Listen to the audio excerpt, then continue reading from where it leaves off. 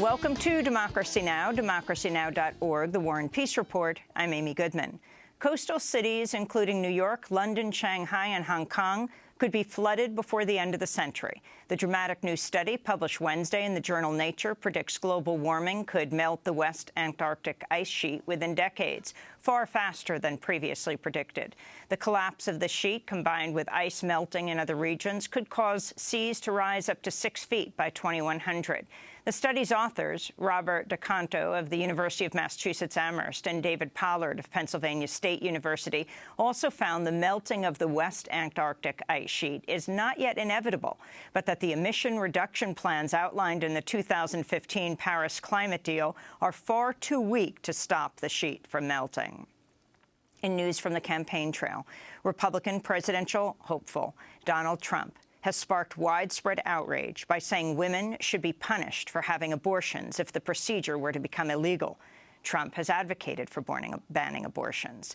This is Donald Trump speaking to MSNBC's Chris Matthews during a town hall aired Wednesday night.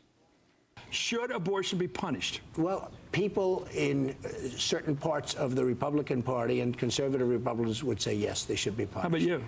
I would say that it's a very serious problem, and it's a problem that we have to decide on. Do you believe in punishment for abortion, yes or no, as a principle? The answer is that there has to be some form of punishment. For the woman? Yeah, there has to be some form. 10 cents, 10 years, I don't know. That I don't know. Well, why not? I don't know. You take positions and everything else. Frankly, I do take positions and everything else. It's a very complicated position.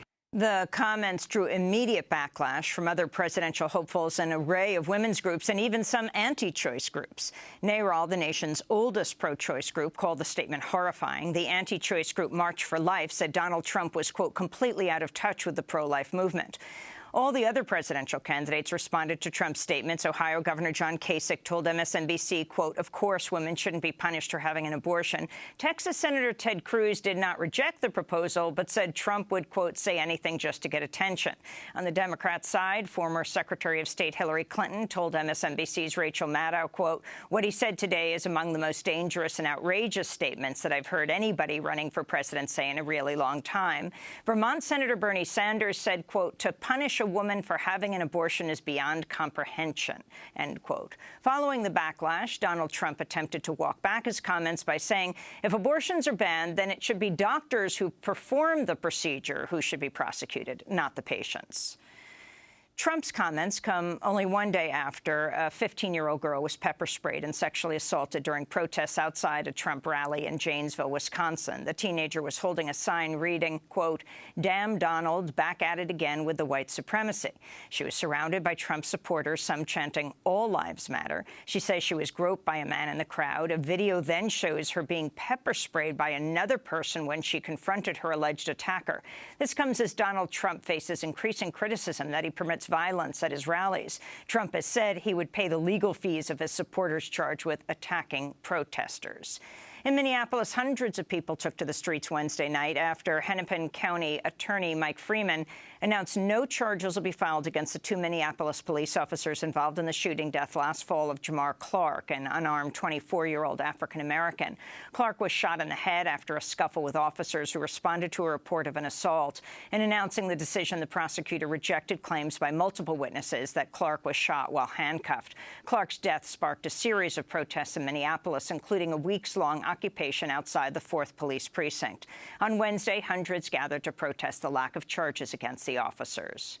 I am a revolutionary. I am a revolutionary. Jamar Clark's family also spoke out against the lack of charges and rejected Prosecutor Freeman's claims that Clark placed his hand on an officer's gun during the scuffle. This is Jamar's cousin, Cameron, saying Freeman has blood on his hands. It's blood on Mike Freeman's hand. I can't control the city. We've been patient for 4 months. We're tired of this. And y'all supposed to be protecting and serving. Y'all not protecting. Y'all is the biggest game. Y'all are killing us. And y'all get to get away with it. In a victory for public health and reproductive rights advocates, the U.S. Food and Drug Administration has approved new labeling for the most widely used abortion drug, mifepristone. The labeling change says women can use the drug further into pregnancy with fewer visits to a doctor and at a lower dosage. The change replaces restrictions that the medical establishment had long considered outdated and deals a blow to states where anti-choice advocates had been trying to use the outdated FDA label to place restrictions on women's use of the drug. The Pentagon's drafted plans to deploy U.S. troops and tanks full-time along NATO's eastern border in what would be the first such deployment since the end of the Cold War. The proposal is part of a broader U.S. military escalation in Eastern Europe amidst increasing tensions between the U.S. and Russia. Meanwhile, a new report by the Justice Department Inspector General reveals the Pentagon and the Drug Enforcement Administration have spent more than $86 million on an aircraft that's never once actually flown in Afghanistan. As of March, the aircraft was still inoperable. French President François Hollande has abandoned controversial plans to change the constitution to install a permanent state of emergency and to strip people of their French citizenship if they're convicted of terrorism. Hollande had proposed the constitutional amendments in the wake of the November Paris attacks, which killed 130 people. The proposals inspired widespread opposition across the political spectrum. French human rights activists are now organizing to oppose proposed laws to widen mass surveillance. A German historian has revealed the Associated Press cooperated with the Nazi regime in the 30s and at times supplied U.S. outlets Nazi propaganda billed as news stories. The revelations are based on archival materials unearthed by historian Harriet Schamberg. The documents show the AP signed a law promising not to publish anything to weaken the regime. Under the law, the AP also hired reporters who worked for the Nazis' propaganda division, including a photographer whose photos were personally selected by Hitler. The Associated Press says it, quote, rejects the suggestion that it collaborated with the Nazi regime at any time. The FBI, the Department of Justice, and British and Australian authorities have launched a joint investigation into the Moroccan company Unaoil, which brokers contracts between governments and international oil service giants. This comes after the Huffington Post and Australia's Fairfax Media published a multi-part expose based on thousands of leaked documents showing how Unaoil paid million-dollar bribes to government officials in Iraq, Libya, Kazakhstan, Syria, Tunisia, and other countries to broker contracts for some of the world's largest companies, including Halliburton and its former subsidiary, KBR. The expose also shows how U.S. military contractor Honeywell colluded to conceal bribes in Iraq contracts. Reporters are calling it the biggest leak of files in the history of the oil industry.